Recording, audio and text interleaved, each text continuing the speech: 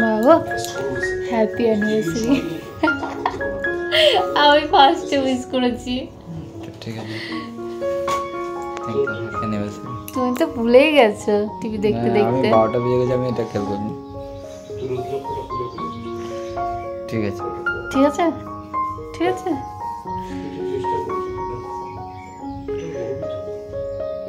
আর ক বছর সহ্য করবে? যখন বেজে আছে তো টিভি দেখতে ব্যস্ত। ভালো আছেন?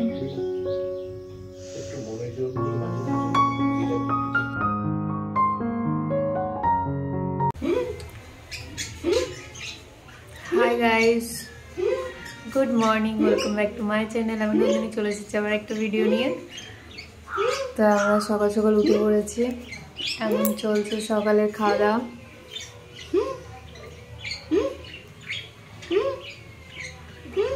ভিডিওর ভিউজ আর লাইক দেখে ওর হেঁচকি উঠছে। আমার ওর থেকে বেশি।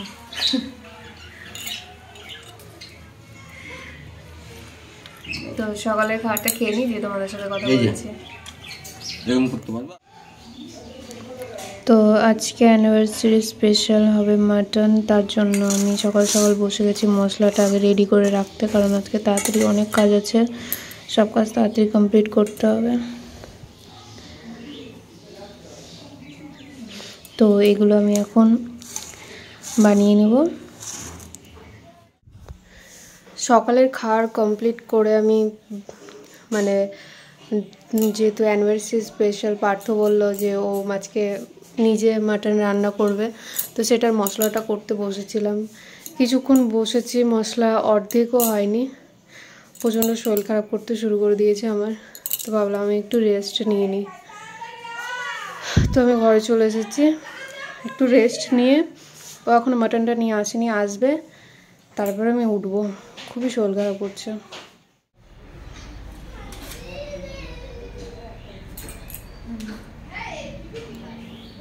তো এই হচ্ছে মাটন, এই হচ্ছে মাটনওয়ালা। কে রান্না করবে আজকে? তুমি খেতে পারবা তো? কই রে?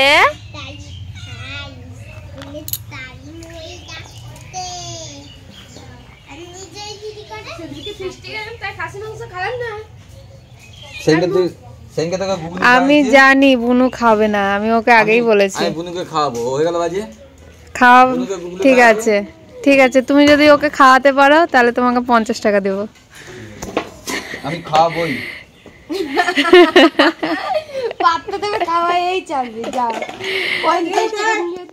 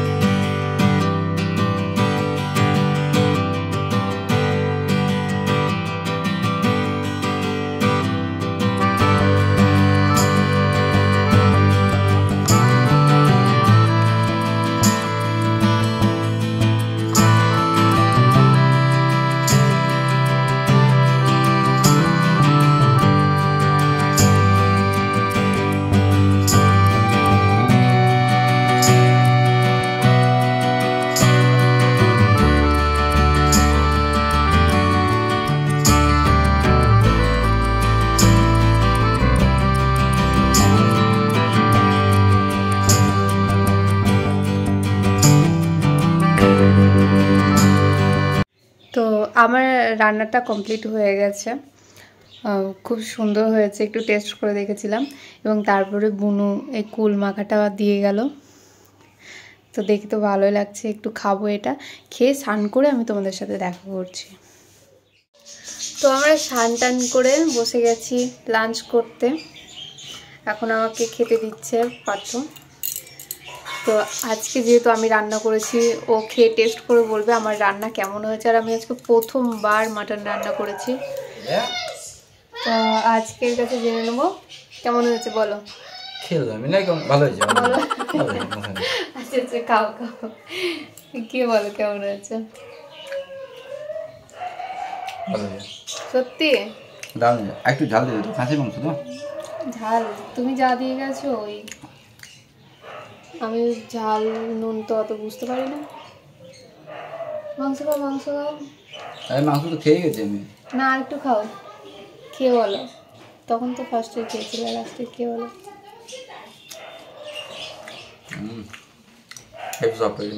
তাই থ্যাংক ইউ। 110। যাক, প্রথমবারের রান্নাতেই এত নাম্বার পেয়ে গেলাম।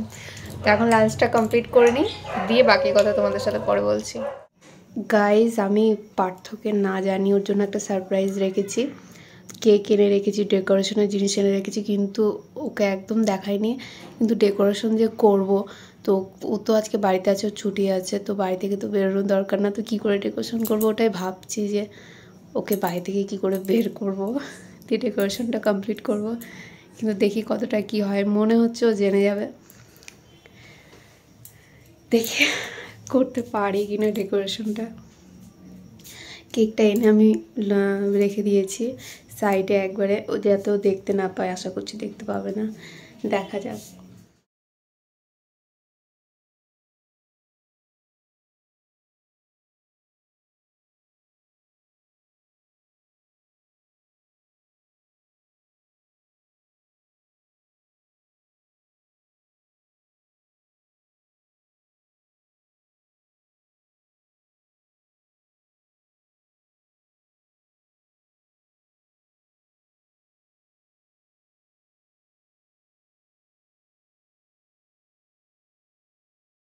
তো আমি ভেবেছিলাম একা একা ডেকোরেশন করব, তো আমার দ্বারাই আর হলো না, আমি একা একা একদম পারছিলাম না। তো ওকে বললাম আমার একটু হেল্প করো। ওই যে শুয়ে শুয়ে বেলুন ফোলাচ্ছে, আর ডেকোরেশনটা তো আমার খুব ভালো লাগছে। কেমন লাগছে তোমাদের জানিও, অনেক কষ্ট করেছি। রাশি কেমন লাগছে? রাশিও আমার সাথে সাথে একটু বেলুন গুলো ফুলিয়ে দিচ্ছে, আমি পারছি না সেই জন্য। তা আমি একটু রেডি হব। শুয়ে শুয়ে বেলুন ফোলাচ্ছে, কি আরাম।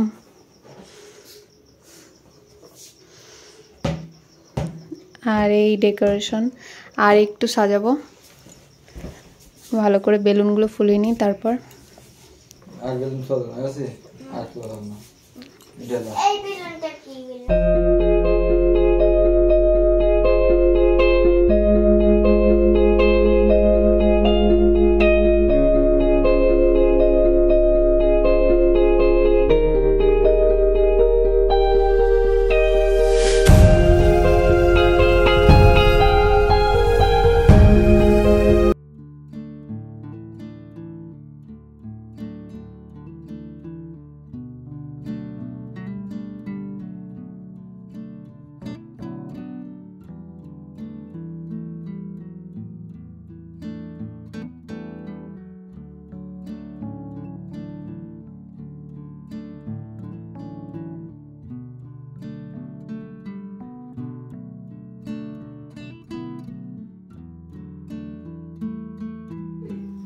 আরে গালে না একটু করে নে রাশি,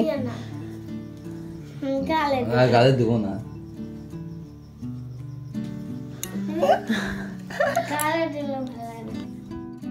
তো এবার আমরা তো তেমনভাবে অ্যানিভার্সারি করি না, এবার তো আরও এই ছিল না, তো ছোট্ট করে করলাম নিজেই সব কিছু করে, কাউকে ডাকিও নি, কিছুই বলিও নি। ও আর আমি কেক কাটলাম, আর আমাদের ছেলের সাথে সবসময় রাশি থাকে, তো রাশি ছিল।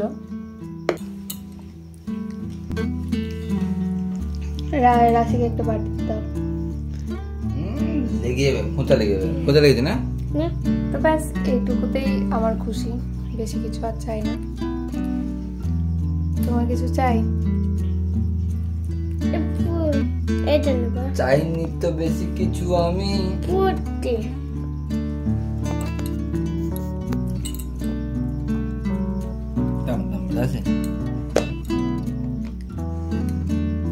যেটুকু চেয়েছিলাম সেটুকু হয়ে গেছে, ব্যাস এটাই অনেক। সেটুকু হয়নি তো? না হয়ে গেছে।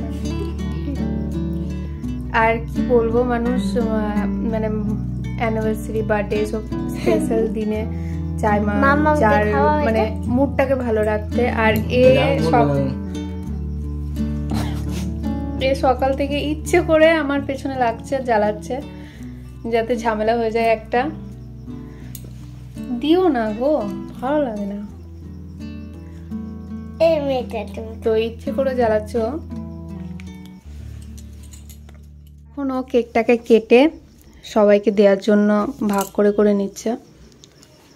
এই কেকটায় কিছু আইটেম মানে তেমন কিছু তামঝাম করিনি, কেকটাই খালি নিয়ে এসেছিলাম। রাশি তো বাটি নিয়ে চলে এসেছে, রাশিকে কেক দিয়ে দেওয়া হবে।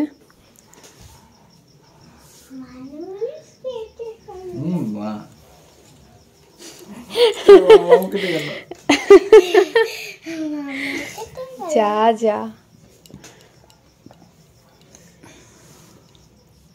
আর আমি হচ্ছে ওর জন্য একটা গিফট নিয়েছিলাম, যেটা সারপ্রাইজ রাখবো ভেবেছিলাম, তবে জেনে গেছে।